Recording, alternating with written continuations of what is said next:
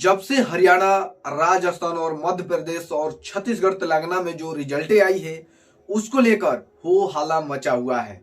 और कहीं ना कहीं बहुत सारे विपक्षी लोग, विपक्षी पार्टियां ईवीएम को कोस रही है कि कहीं ना कहीं ईवीएम के कारण इस चुनावी जो रिजल्ट आई है ये कहीं ना कहीं उसका असर है। तो दोस्तों आज इसी पर बात करने वाले हैं कि क्या ईवीएम बैन होने वाला है, क्या ईवीएम के खिलाफ पूरा जो इंडिया गठबंधन के साथ साथ बहुजन समाज पार्टी सुप्रीमो जो पहले थी वो क्या एक्टिव है, क्या वो कह रही है।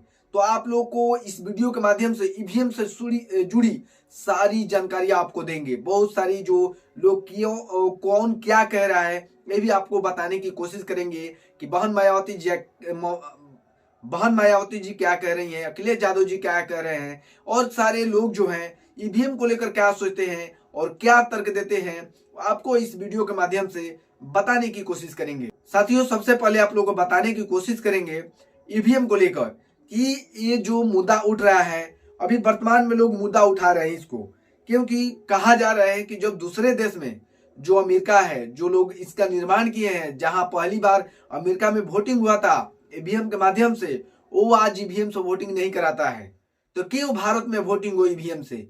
तो कहीं ना कहीं अंदरूनी घपला चल रहा है, कहीं ना कहीं भ्रष्टाचार है ईवीएम को लेकर।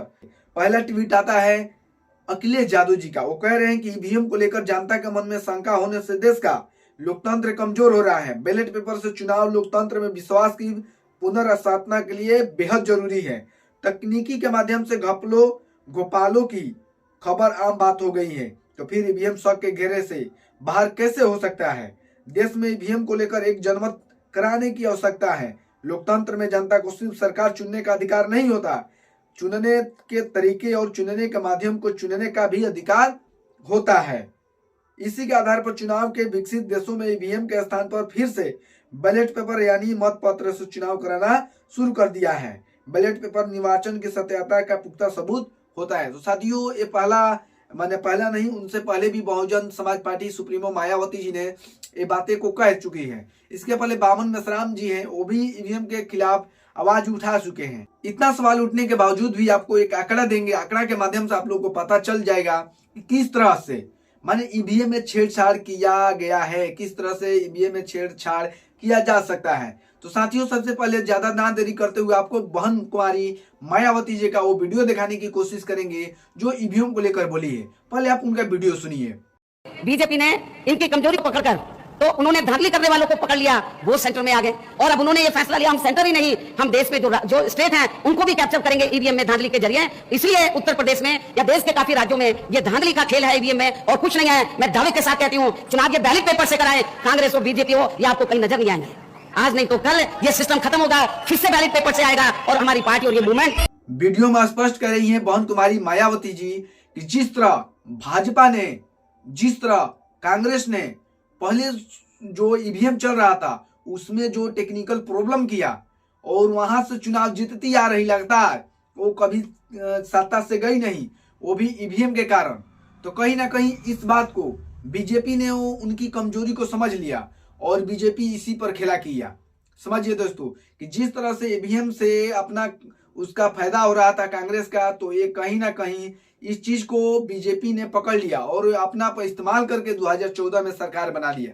ये बहन जी कह रही हैं, एकदम बीजेपी पर हमला कर रही हैं और कह रही हैं कि इसका जो कमी था, कांग्रेस का कमी था, वो पकड़ लिए जो ईवीएम के द्वारा और उसी पर ये अपना माने वर्चस्व चलाना शुरू कर दिया।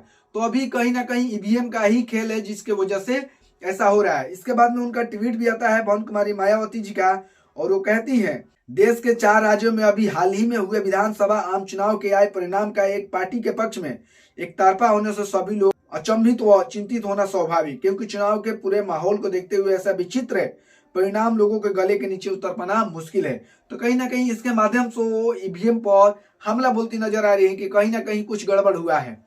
तो साथियों बहुत सारी ऐसी चीजें बोल रही हैं कि पूरे चुनाव के दौरान माहौल एकदम अलग और कांटे का संघर्ष जैसा दिलचस्प है, किंतु चुनाव परिणाम उससे बिल्कुल अलग होकर पूरी तरह से एक तरफा हो जाना, यह ऐसा रहस्यात्मक मामला है जिस पर गंभीर चिंतन हो, उसका समाधान जरूरी। लोगों की नब्ज पहचान में भयंकर भूल चूक चुनावी चर्चा का विषय, वो बातें कह रही हैं। इसके बाद में अखिलेश जी ट्वीट किए हैं और उनका वीडियो दिखाने की कोशिश करेंगे कि ये व्यक्ति किस तरह से वो माने बता रहे हैं कि धांधली की जा सकती है, ईवीएम में हैक किया जा सकता है, ईवीएम को हैक किया जा सकता है। पहले इस वीडियो को देखिए। साल हमारे 22 में यूपी में चुनाव हुए थे जी, 8 चरणों में चुनाव हुए, 10, 14, 20, 23, 27, 3, 7 फरवरी।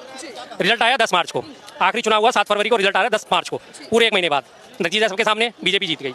उत्तराखंड में चुनाव हुए 14 फरवरी, रिजल्ट आया 10 मार्च को, 24 दिन का पूरा टाइम मिला, बीजेपी जीत गई। पंजाब में तो खैर इनका कोई नाम लेवा नहीं था, अगर वहाँ कुछ करते तो पकड़े जाते। गोवा में 14 फरवरी को हुए, रिजल्ट आया 10 मार्च को। मणिपुर में 27 फरवरी और 3 मार्च को हुआ चुनाव, रिजल्ट आया 10 मार्च को। पूरा गैप मिला इन्हें बदलने के लिए। आपने वीडियो को देखा, वीडियो में स्पष्ट तरीके से देख सकते हैं कि किस तरह इसको हैक करने के लिए वो बता दिए कि किस तरह हैक किया जा सकता है। उसके बाद में बहुत सारे देखे होंगे आप भी न्यूज में कि यहाँ ईवीएम इतना चोरी हो गया, यहाँ इतना से व्यक्ति दूसरा विपक्षी दल वाला निकल रहा था, पता चला कि वहाँ बीजेपी जीत गया। तो कई तरह की ऐसी बातें होती रहती है। इसमें एक आंकड़ा आता है, पी कुमार एक व्यक्ति हैं जो ट्विटर अकाउंट चलाते हैं और पोस्ट किए हैं कि अगर ये आंकड़े सही है तो इसका सीधा संबंध ईवीएम से सेटिंग से है। अभय दुबे ट्वीट किया है तो उनका रीट्वीट पी कुमार किए हैं। तो उनका कहना है कि बिना ईवीएम सेटिंग के कैसे संभव हो सकता है। बीजेपी कांग्रेस भोला सिंह 2,11,820 से मैंने उनका मत आया है। 1,40,295 कांग्रेस का आया है। मेनका गांधी 2,11,820 आया है। माने जितना भी आप लोग देखेंगे, आपको आप जो फोटो पे देख रहे हैं तो स्पष्ट देख सकते हैं कि ये एक तरफ 2,11,820, वही कांग्रेस को तरफ दिखाया जा रहा है 1,40,295। माने पूरा टीम दिखाया जा रहा है। भोला सिंह हो, मेनका गांधी, उपेंद्र नाथ सिंह, हरीश द्विवेदी, सत्यपाल सिंह, संघमित्र मौर्य, कुंवर भातेंद्र सिंह, मतलब सारे लोग को दिखाया जा रहा है कि किस तरह से माने उनका सेम वोट आया है। बीजेपी के लोग हैं, उनके बगल में जो कांग्रेस के लोग हैं, माने इस तरह सब वोट इति किया गया ईवीएम के द्वारा। तो बिना छेड़खानी से ऐसे संभव हो ही नहीं सकता। तो साथियों, आप लोग इस पर क्या कहेंगे प्लीज कमेंट करके जरूर बताएं। अगर आप चाहते हैं कि ईवीएम बैन हो तो वीडियो को ज्यादा से ज्यादा शेयर करें और हमारे अगर नए चैनल पर आए हो तो उसको फॉलो करें। अगर हमारे यूट्यूब चैनल पर देख रहे हैं तो उसको सब्सक्राइब करें। धन्यवाद।